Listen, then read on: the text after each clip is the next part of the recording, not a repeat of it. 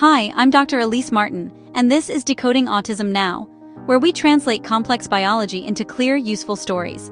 If you're a clinician, parent, educator, or researcher, you're in the right place. New here?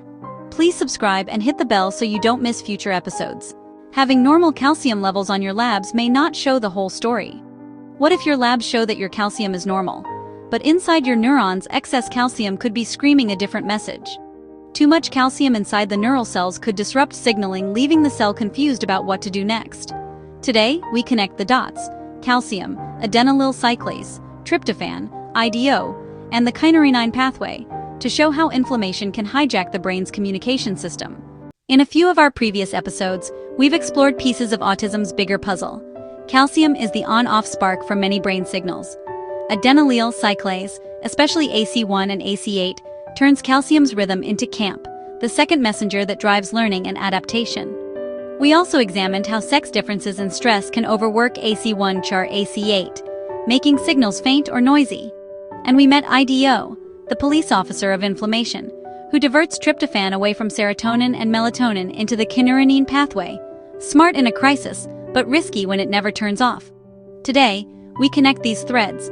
We'll see how chronic inflammation pushes tryptophan down the kynurenine road, building quinolinic acid, overstimulating NMDA receptors, and flooding neurons with calcium. Then we'll ask, why can't standard tests see this, and what would it take to change that? When inflammation rises, the enzyme IDO steps in to keep the peace. It redirects tryptophan, the building block for serotonin and melatonin, down the kynurenine pathway to help calm immune responses. It's a brilliant short-term strategy.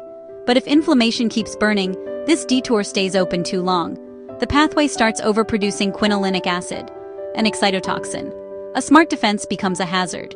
Quinolinic acid overstimulates NMDA receptors, holding calcium channels open. Calcium surges into neurons.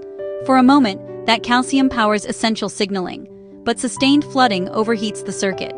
Calcium is the trigger for AC1 and AC8, the adenylyl cyclases that convert ATP into CAMP, the message that tells neurons how to learn, adapt, and coordinate. In healthy rhythms, calcium pulses become clear CAMP messages. That's how experience becomes plasticity. But when NMDA channels stay open, calcium doesn't pulse, it pours. AC1 and AC8 get overworked, sensitivity dulls, the CAMP signal collapses. Communication turns to static. This is how chronic inflammation via quinolinic acid silences neural messaging from the inside. Clinically, we can measure serum calcium, and sometimes ionized calcium, in the bloodstream. Useful for systemic issues, yes. But the real action is inside neurons, where calcium lives in tiny, fast microdomains. Today's routine lab tests don't see that. Researchers can image it, clinics can't measure it. Yet, no validated reference ranges, no standardized clinical assay. Here's the full arc in one picture. Inflammation turns on IDO, rerouting tryptophan into kynurenine.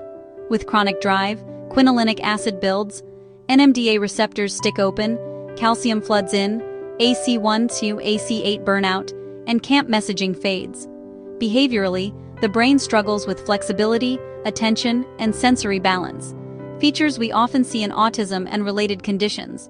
In research, teams are exploring ways to rebalance this system. Upstream, lower inflammatory drive so IDO isn't chronically high. Enzymes, study IDO1 or KMO inhibitors to shift away from quinolinic acid. Physiology, exercise can increase muscle enzymes that convert kynurenine to kynurenic acid, reducing KYN load to the brain. These are promising directions, but they remain under investigation and context-dependent. Medical disclaimer. This content and other content on this channel is for informational purposes only and should not be considered medical advice. Always consult with a healthcare professional before making any changes to your health or treatment regimen. The science exists to see intracellular calcium in real time. What we need next are clinical tools and standards to hear the cell's message before the system fails. That's the bridge from bench to bedside. I'm Dr. Elise Martin. Thank you for watching Decoding Autism Now. If this helped you connect the dots, please like, share, and subscribe. It helps this content reach the families, clinicians, and researchers who need it. Drop your questions in the comments. I read them. And let me know what part of this pathway you want us to visualize next. Final thought. Calcium isn't just a mineral, It's a language. When inflammation speaks too loudly, that language gets garbled. Our job is to restore the conversation. See you in the next episode.